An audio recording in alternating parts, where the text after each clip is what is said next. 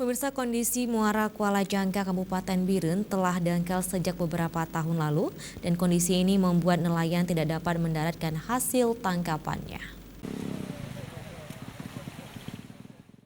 Kondisi Muara Kuala Jangka Biren telah bertahun-tahun dangkal akibat tumpukan pasir yang dibawa ombak, sehingga para nelayan kesulitan melakukan pendaratan ikan melalui muara tersebut.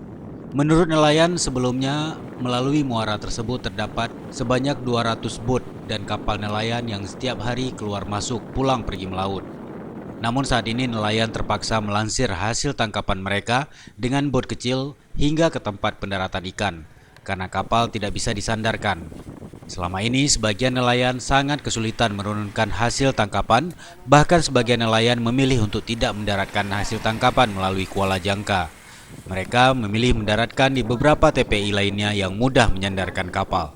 Nelayan di Kecamatan Jangka sangat mengharapkan kepada pemerintah agar segera dilakukan penggerukan muara dan pemasangan batu gajah di tebing muara, sehingga nelayan segera bisa memanfaatkan kembali muara Kuala Jangka tersebut.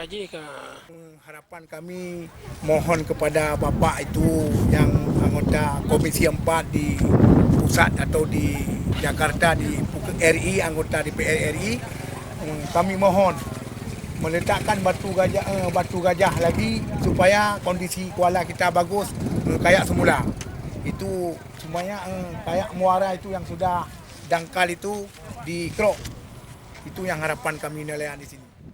Mengunjungi lokasi ini, anggota DPR RI Komisi 5 Tia Khalid berjanji akan menyampaikan persoalan tersebut kepada pemerintah pusat guna bisa diperbaiki sehingga memudahkan para nelayan melakukan aktivitas sehari-hari.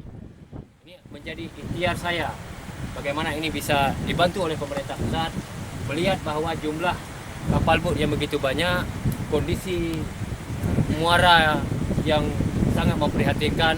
Saya pikir dengan bantuan yang telah ada ini perlu dilanjutkan dan kemudian perlu diberikan bantuan oleh pusat sehingga ini menjadi sebuah TPI yang betul-betul sesuai dengan harapan para nelayan.